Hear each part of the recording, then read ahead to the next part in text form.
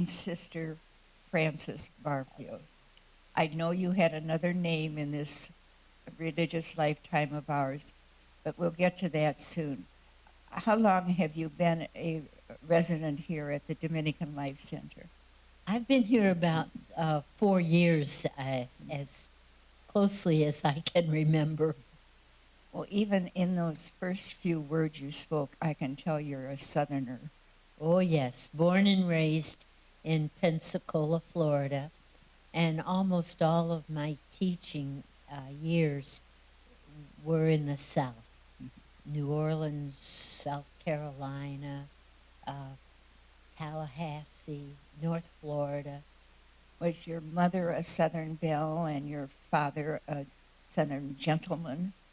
Well, my father certainly, my stepfather was a Southern gentleman of highest quality, just a beautiful man.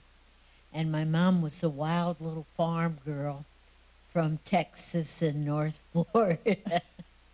So all my wildness I inherited from my mother.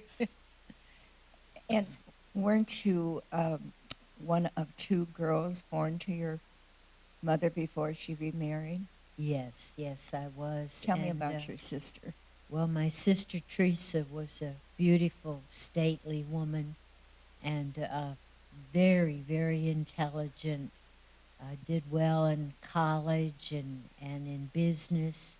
And she married a great fellow, and he was in the very beginning of the space program.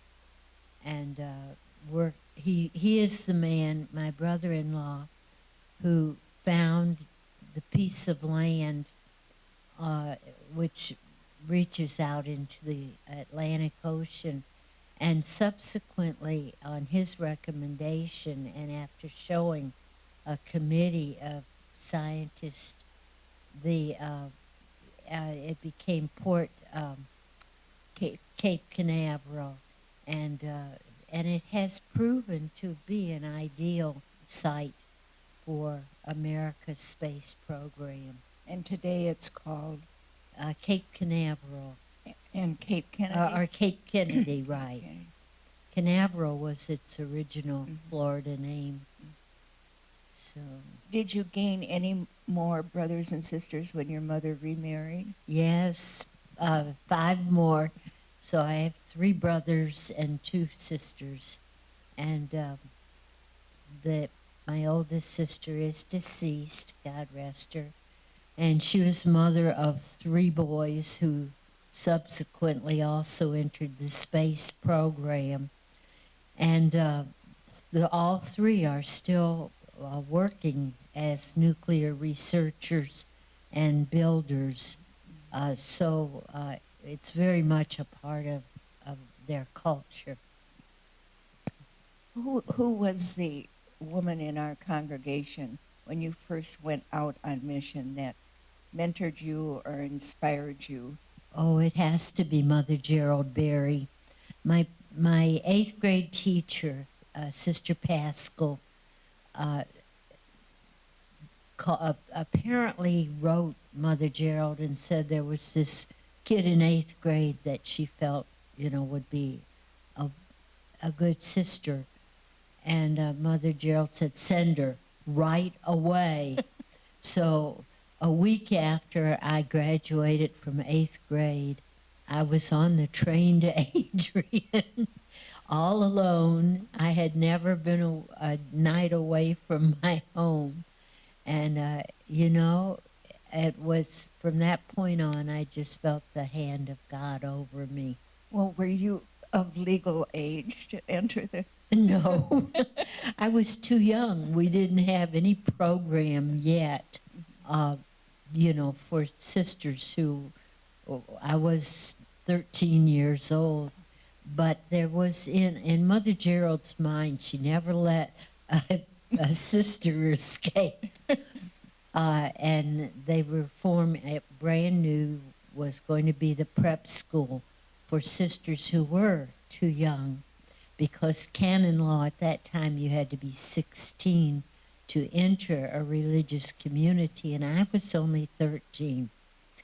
But since she said send her right away, believe me, I was on that train and here, and I lived in the little white wooden house that had been part of the old farm, and there was a lovely elderly woman who slept there also, and she was just like a sort of substitute mother for me.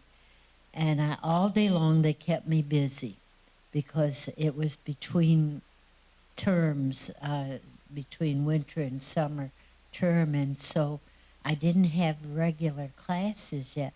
But believe me, Sister Corrine, our prep mistress in the then being formed preparatory school, kept me studying, and I covered several high school class courses in those first 3 months, and I knew the textbooks by heart because she was a very strict teacher, and we learned what we were supposed to. I did all kinds of jobs around. Well, for instance, Well, I was young, so they would send me. I worked at the infirmary, we called it then. It's the Roncalli Hall building that was the earliest hospital here in Adrian. And the sisters had come here at the behest of the train owner to start some kind of medical service for the area, because the two closest doctors lived, one in Chicago and one in Detroit. And the train owner was very unhappy because sometimes people would get a stroke or become ill on the train, and there was no place they could stop midpoint to get medical help for them. So that's why our sisters came, and that's why that first building, Roncalli, really existed as a hospital to start with. Well, my earliest job was running trays up and down those stairs and, taking care of the sisters' non-medical messaging and so on. And would you consider yourself one of the first preps? I think the second year it had been started, and they had a neat little uniform and a blue cape, a lovely Copenhagen blue cape. That was, to me, kind of ritzy looking. Did you ever spend time in Sister Annunciata's kitchen? Oh, I loved her. The only time I spent was with my hand out, because in between errands and classes and so on, I'd stop by and give her a kiss from the door, and she'd hand me a piece of coffee cake or something that, couldn't be served. And I was one of the lucky pets. And however, early in the mornings when we'd first be awakened, the bell would ring above the chapel, and then the train would go by, and I'd know time to get up. And it was just, I'd look out and I'd see little old Sister Annunciata, and she'd be going by with her heavy basket full of eggs from the chicken house that was right behind the barn. The barn was still there.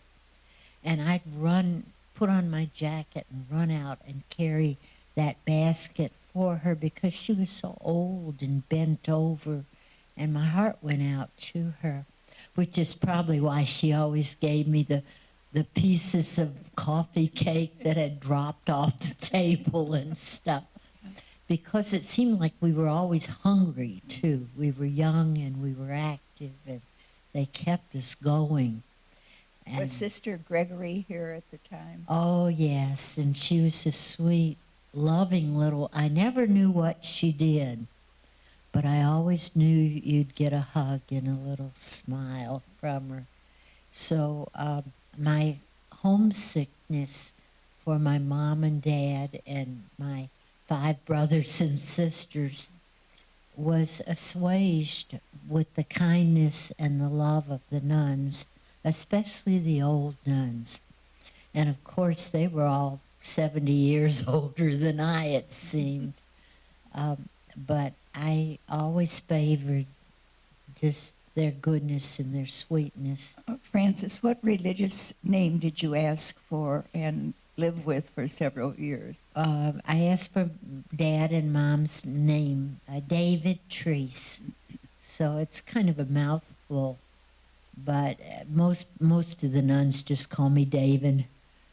So And you went to Elmwood, is that correct? yes, Elmwood Park, Illinois.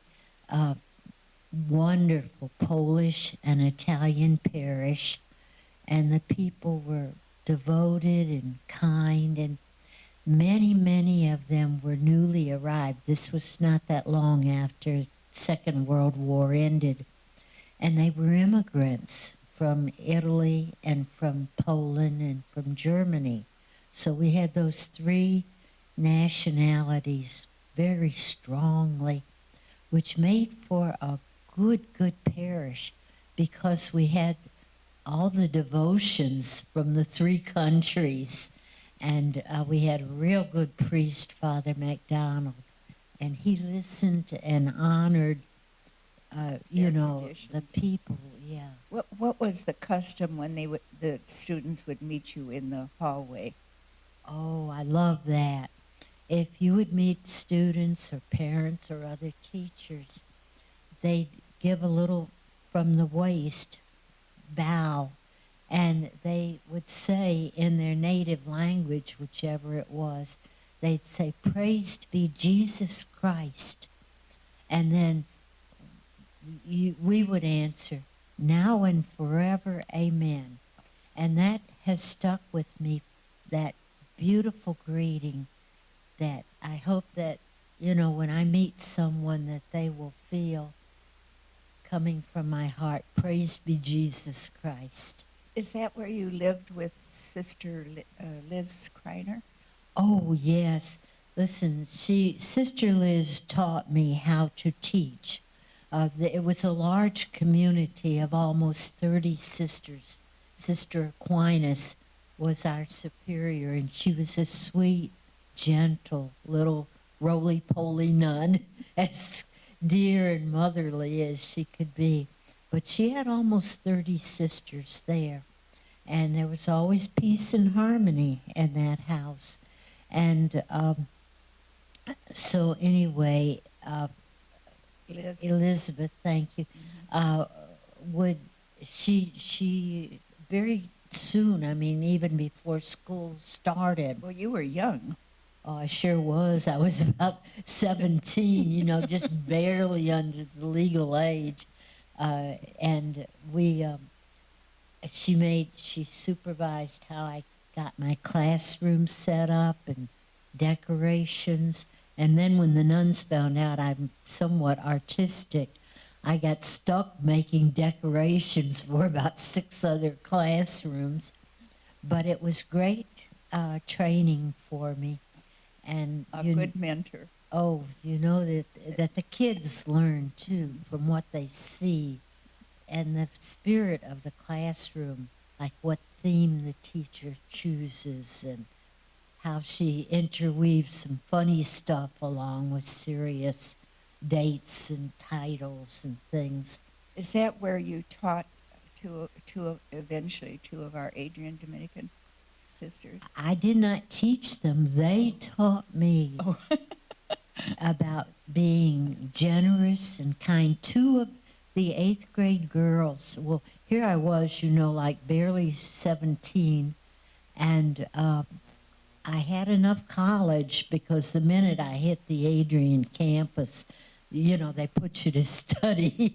That's the name of life's game here, pray and study. And you've wrapped up your whole existence. But one day at my classroom door, and I had like 64 little first graders. Right after school, here was Barbara Stanek, God rest her soul, and Sister Rose Celeste O'Connell. And they were 8th graders, and they came and they said, "Sister, we have come to help you." And I thought, well, God knows I need the help. And they just got to work. I did not have to tell them a thing to do. Every day for the next year, whole year, they came, and when I'd come back from dismissing the children out in the line, being sure they all were being picked up by their own, you know, the right relatives and friends and so on, I get back to the classroom, and there was Barbara and Rose, and they had washed the chalkboards. They had clapped out the erasers. They had picked up all of the math workbooks, and they were checking all of the answers. And if it was an incorrect answer, they'd write the right one so the child would know what was wrong with it. And then they'd put stars at the top of the pages. They were wonderful. They'd do all kinds of checking and putting stickers on. And, you know, a child who was a poor student, they'd give them a sticker for lovely coloring and things. Beautiful. Tell me, how did you ever get back to your home ground in Florida?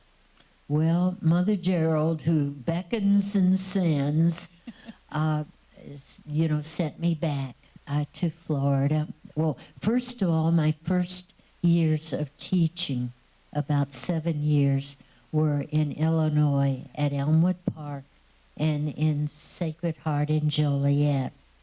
And Elmwood Park was very well organized and established, you know, working community. But little Sacred Heart in Joliet was very, very poor.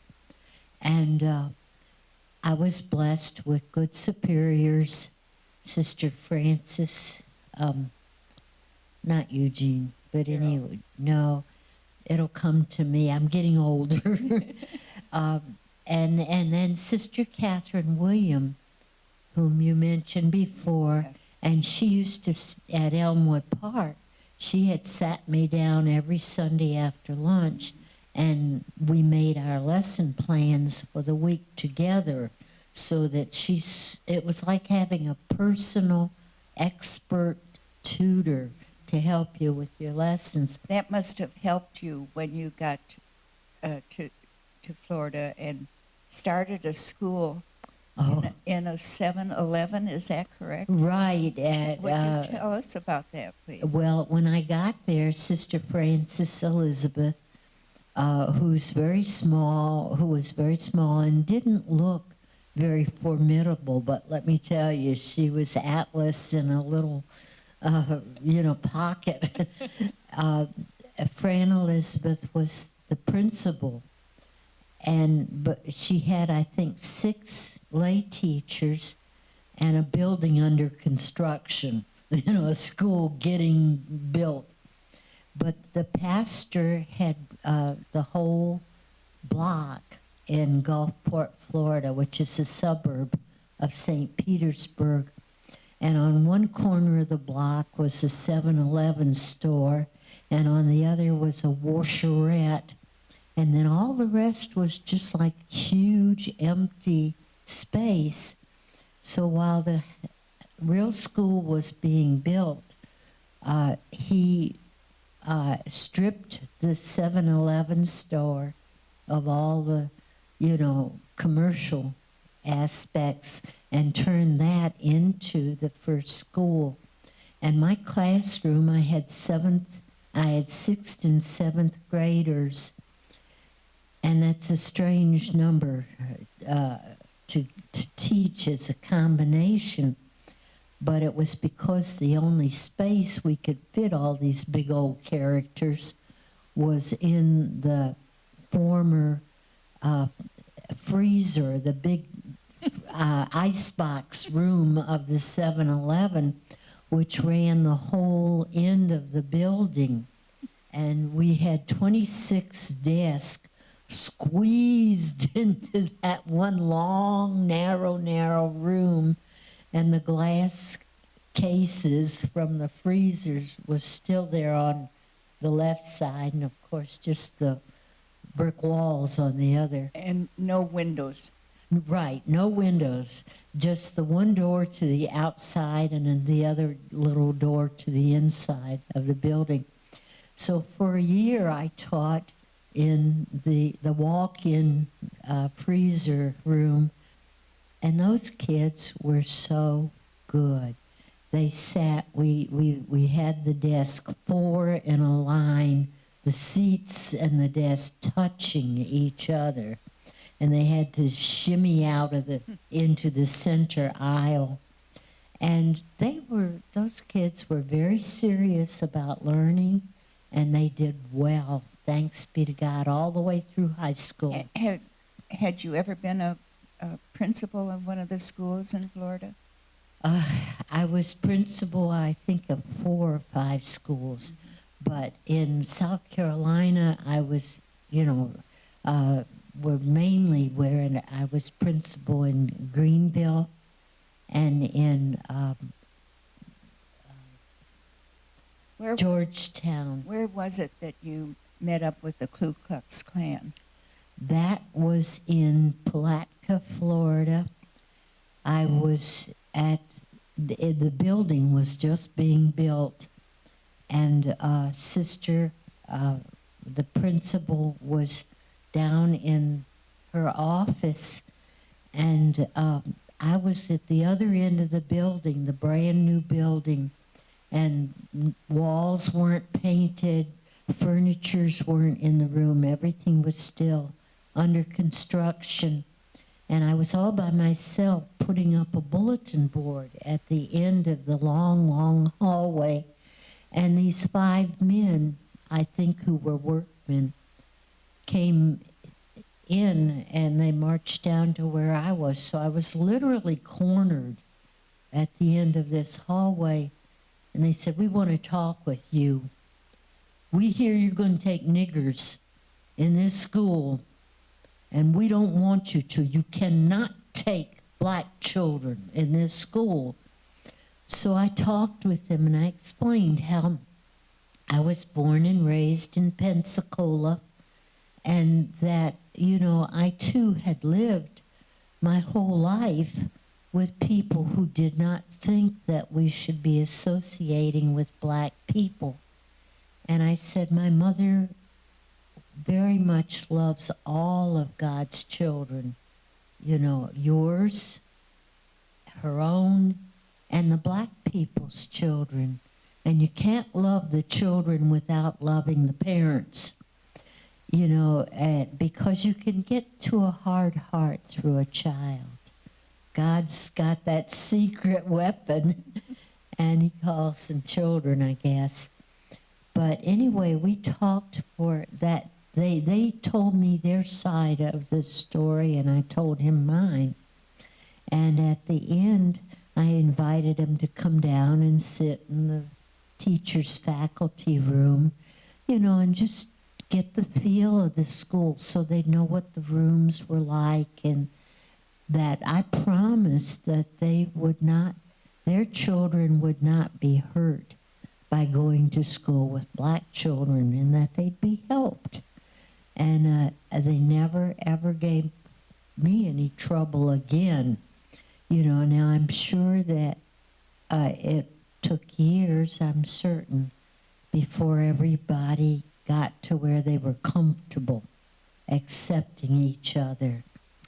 I would suspect that was your greatest preaching right there. I kind of think so. Yeah. Because I grew up surrounded by black children. I do have to say, though, that the neighbors in Pensacola, where I was growing up, I made friends with this sweet, sweet little black girl named Barbara, and she was my my bosom buddy, and she'd come over and play at my house because we lived in a big old pre-Civil War house, which is today, that house is the regional headquarters for the Girl Scouts of America. So it gives you an idea that how large and roomy it was. And there was a little slave house in the backyard. And we used that slave house, which had a little cook stove and 2 rooms, you know, one big room for them to sleep on pallets and stuff. And that room was Barbara's and my playhouse. It's, you know, to me, as I look in retrospect, to me, Barbara, it was wonderful that she could play in a house that had been used to house slaves in the old days. And lo and behold you, though, the neighbors got on my mother, and in none too kind or gentle words, the neighbors threatened Mom if she kept letting Barbara come and play in our yard. They didn't want her anywhere around. A sweet little kid, about 7 or 8 years old. So Mom said, "Fran, you go on over to Barbara's house and play," which was about 4 blocks away, you know, and she didn't have much of a yard. Everything was dirt. You know, their trash can was a big old barrel out. And I got to see, you know, how the black people in Pensacola had to live. And I felt bad because I thought, here we are in a house that's huge and plenty of room and a great big yard, and we had a victory garden in the backyard. Well, she didn't have enough land to plant 3 tomatoes in a sense. So it was good for me as a human being to see the real picture from both sides. So I guess that's been one of the, besides preaching Jesus Christ, I have tried to preach love your neighbor as yourself. That's for true. Yeah. When you left teaching, what was your last ministry before you came to when I left teaching, it was in South Carolina, and well, I've had a lot of long teaching. I was in New Orleans 19 years. I was in North Florida a lot, you know. I was in Kingstree, South Carolina, where I taught in public school. That was a great experience. And it was 700 and some children, of whom only about 13 were white. All the rest in the South Carolina, in that place, were little black children, and they were a joy to me. Can you tell me or sing for me one of your favorite? Oh, I know. I love the children would come and they'd love to sing there. And these were the little black children in South Carolina. And one of the ones I just loved was God is Still on the Throne. And it goes, God is still on the throne. Within your bosom, you have the phone. When you're distressed, you're not really alone. Remember, God is still on the throne. Oh, thank you very much, and thank you for your time today. I know we barely touched on your many years of service, but you inspire me and continue to inspire me by your kindness to everyone. Oh, I've been blessed beyond. My mother always tells me, the Lord is much better to you than you deserve. And she's right on target. But I wish I had time to share some of the New Orleans experiences.